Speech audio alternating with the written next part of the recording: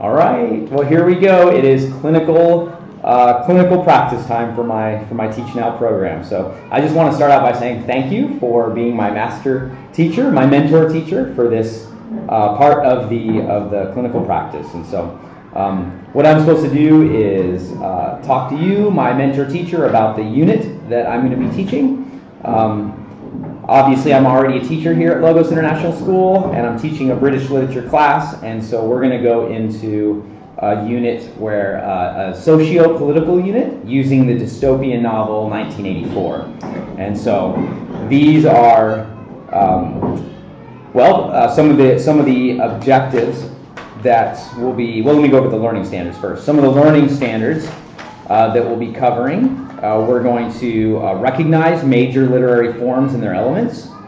We're going to recognize the characteristics of major chronological era as it pertains to the modern literature.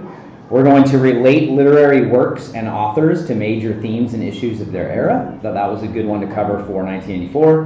We're going to analyze the social and cultural function of British literature. Again, just the political and social influence that this novel's had, and the students will make a formal oral presentation in a group or individually. So there are standards in our British literature standards require them to make like a major oral presentation. So I thought this might work as a good novel to do that, and they will cover those standards. So those will be some of the standards that they will cover. This last standard here then has like a half dozen or so sub-standards that they'll be hitting as we go along the way. Some of the objectives that I'll be using will be students will be able to interview George Orwell by researching the questions to the answers to the questions, why did you write 1984, and why do you believe your novel became so iconic? Students will be able to articulate 3 key characteristics of modern British literature and compare and contrast them with a summary of 1984. Students will be able to identify the major elements of dystopian fiction by analyzing the first 3 chapters and writing a summary of their use. Students will be able to analyze the major issues of the 1940s and speculate about or hypothesize about their influence on Orwell's 1984. Students will be able to defend a position they take on the question, what are the furthest reaching social implications of 1984? And students will be able to compare and contrast themes from 1984 and other British novels that have had similar socio-political impact, identifying the characteristics that are unique to 1984. And students will be able to create an oral presentation that completes the prompt, when governments speak. So I thought for a summative project, I have a few formative project ideas that I'm not 100% sure I will run each of them. Things like visual presentations, pick a motif or a theme from 1984 and create a visual representation of it.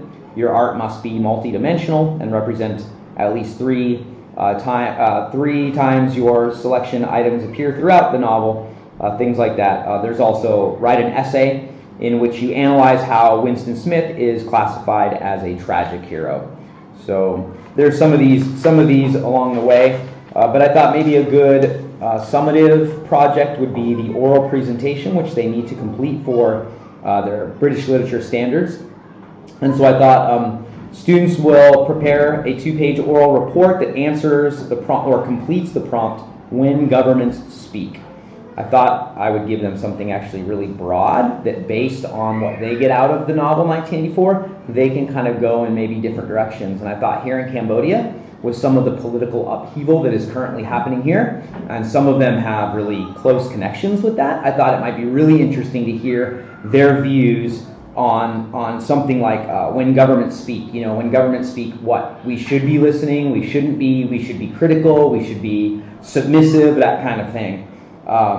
And so they'll need to include at least 4 references to 1984. They'll need to include at least a couple of references from their learning in either Asian Studies or Comparative Politics or AP World. And then they must follow like an average speech format. So they're going to need to have an introduction, they're going to need to have the points. I kind of thought maybe it would be a little bit like an opportunity for them to create almost like if they were going to do a TED Ed talk and really talk about, government and how 1984 addresses some of those critical issues in sociopolitics. So yeah, so that's kind of some of the direction that we'll be going with this unit, if that's okay. Yep. I'm totally open to suggestions and everything else. I need to make sure, of course, the class has plenty of guidance and structure to foster a good educational environment. So these are some of the class rules that I've come up with, and they've seemed to work pretty well. Respect for each other and property. I always challenge them with questions like, how will you know at the end of each class that you had respect for each other, that kind of thing. Respect for the teacher. Here at Logos, our students, for the most part, are just incredible with that. We hardly have to enforce that, but I certainly have needed to learn how to do that over the years. And then I kind of have this in-class equals on-task policy. That one's a little harder to enforce all the time. But again, having them answer the question, if at the end of a class you realize that you stayed on task the whole class, what will you know had to have happened for that to have occurred? We actually went over some of this after I created these, and they were all able to answer them and that kind of thing. Class procedures that I have that most of the students have been really good with, but I do often need to remind them, is entering the classroom before the bell. I have these in place. I have them enter class quietly with all technology shaded. So instead of coming in on their phones or on their computer checking emails, I ask them to please do that in their off time in the hallways. When you come in, just be totally prepared for our class. Come in, and I have them put their technology like in the corner of their table. Take a seat at your desk and get out your learning resources. So of course they need to have whatever textbook we're into. Something, of course, usually they have like a journal for my classes, so they'll have that out. And and then as soon as the bell rings, I usually have like a do now or a bell work activity that they can just engage right away, and I usually don't need to even say anything. They just see it, it's up on the board, and so they do that right away. I have this, as soon as an individual or group activity starts, be active, 10 seconds transitions. So I always try to encourage really quick transitions from one activity to the next in class. And then I usually don't have to use this with the older students, but I do kind of employ this, like if I clap twice, they repeat the clap, and then they know I want them to be totally silent. There's some activities where they get quite loud, and that can come in handy for that. And in class equals on task, so my procedures and rules are no answering text, tweets, Snapchats, anything like that in classroom, unless we're actually doing something like that for an activity, which sometimes happens. Maintain a 15-centimeter voice while engaged in group work. Any drama too intense to stay focused on work is cause to a pass to see our wonderful principal, which happens to be you. And so, like sometimes students will have some issues where, they need to talk, but they're just not going to be able to disrupt class. So, and then if you get a student management slip, keep it on your desk until class. So I rarely have to use these with our students, but I did create these. I found this resource, but I modified it for our use. These student management slips.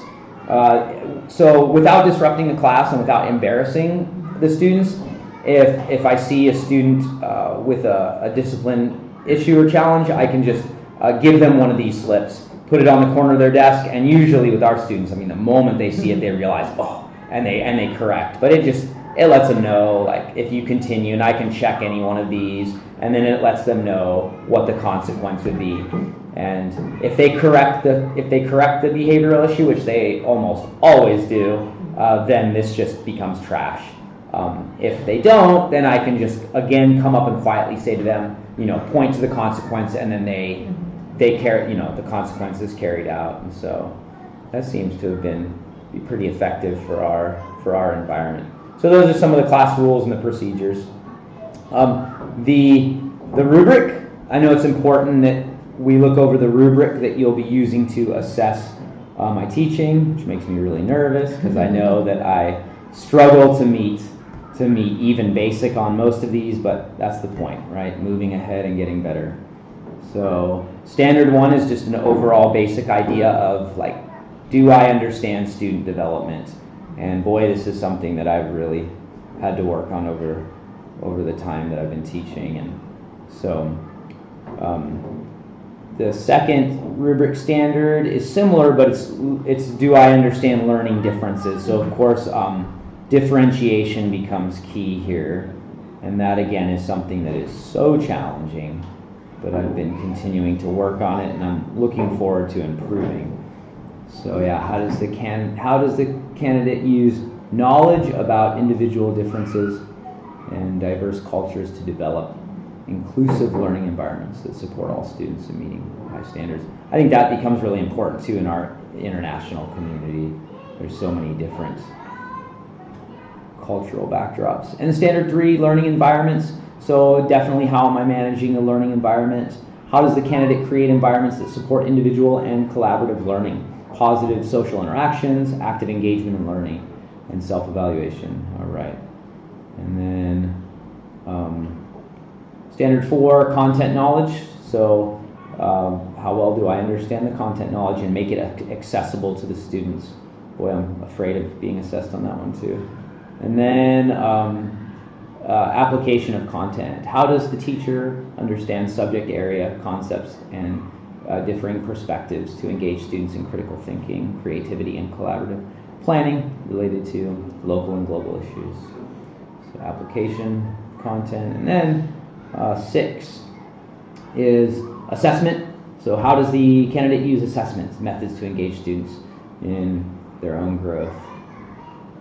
And so one of my goals actually, it's in going through this program, I really want to become so much better at formative assessment. I've really come to recognize how important formative assessment is, and especially because like in an English language arts class, summative assessment often is large essays or these kind of oral presentations, which honestly, I don't know about other ELA teachers, but they take forever to grade. And so the reality is the students don't get back immediate summative assessment. They don't get much feedback. I mean, the feedback could literally come 2-3 weeks later, which what good does that really do them except, they can say, okay, well, I need to work on my conventions or my word choice or whatever.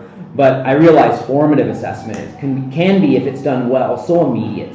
That immediate feedback to help guide them. So I really, really want I want lots of ideas in formative assessment and how to just do that really, really well, especially with something like English language arts, and standard 7, planning for instruction. How does the candidate draw upon knowledge of content areas, curriculum, cross-disciplinary skills, and pedagogy, as well as knowledge of students in the community context to plan instruction? Yeah, this is one I really want to improve in as well. Work on. And then instructional strategies. How does the candidate use multiple instructional strategies to help students develop a deep understanding of content area? Yeah. And